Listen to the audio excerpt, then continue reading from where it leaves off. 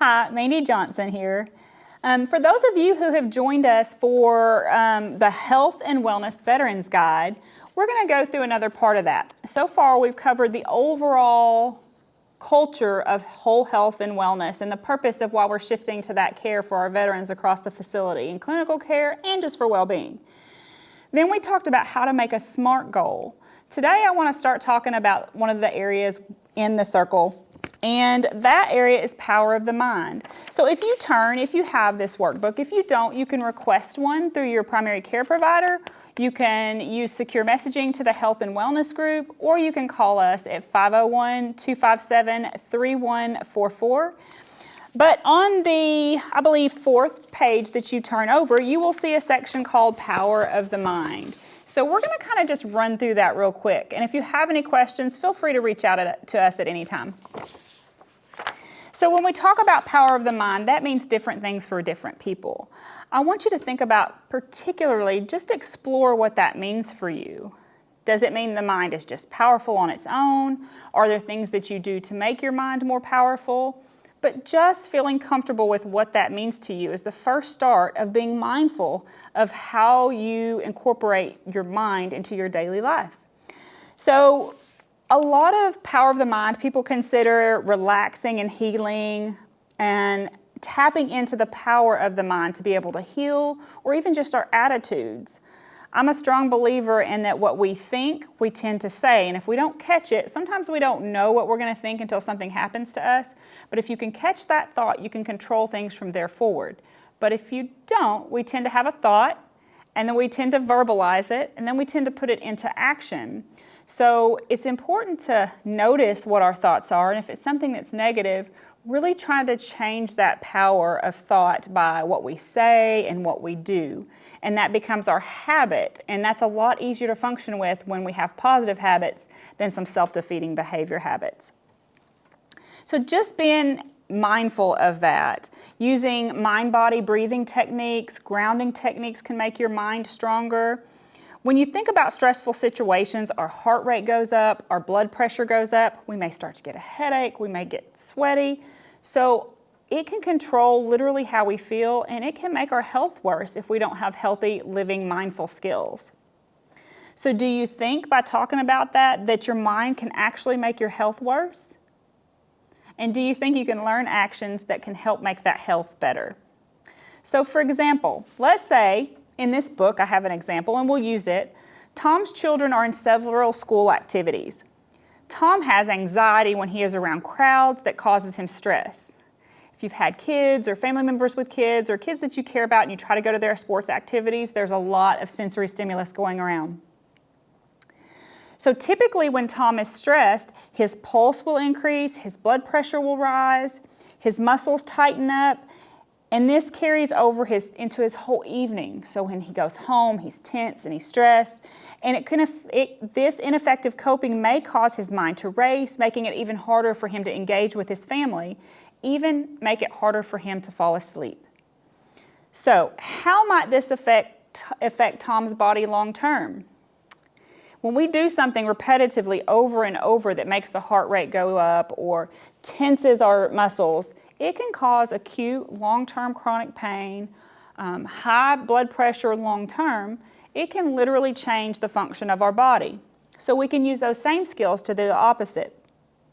How can your mind improve your health? Highly trained athletes use the power of the mind to strengthen their athletic abilities. Have you heard of folks like Michael Jordan and other great sports athletes that literally close their eyes and envision what they want, seeing themselves make that shot over and over again, make that pass, hit that strike in bowling, literally mentally practicing, seeing what they want, empowering that mind-body ability. So this is something that people do to help themselves imagine that success. You can learn to harness your brain's power by doing these things. You can do this by using one or more of those body approaches that we talked about, but there's a list in this book as well. Research has found that mind-body approaches can help treat many health conditions, in addition to medications if needed, or surgeries if needed, or maybe without any of those. So they can be a combination, an addition, or used individually. Let's talk about some of those. Some of the things that mind-body practices can help treat are coronary artery disease, outcomes from surgery, general pain syndromes, anxiety, depression, self-care of arthritis, PTSD, incontinence, high blood pressure, headaches, fibromyalgia, and even symptoms from cancer. So I'm not saying that practicing these things can totally heal you, but in combination with other techniques, they can definitely help support healthy health. So, what are some examples of those mind-body approaches that you can do at home to either center from anxiety or help heal your body? There are things such as breathing exercises. We have videos that you can go to practice some of those breathing exercises, or you can do some research on your own about the importance of breathing. It's the first thing you do when you come into this world so that you can yell as a baby. And it's the last thing you do when you leave your earthly body is to exhale. So that breath is with you through the longevity of your life. It's important that you learn how to harness that breath. Meditation practices, mindfulness practices, hypnosis has shown to show benefit. You've heard of people doing hypnosis to quit smoking or to help their eating habits.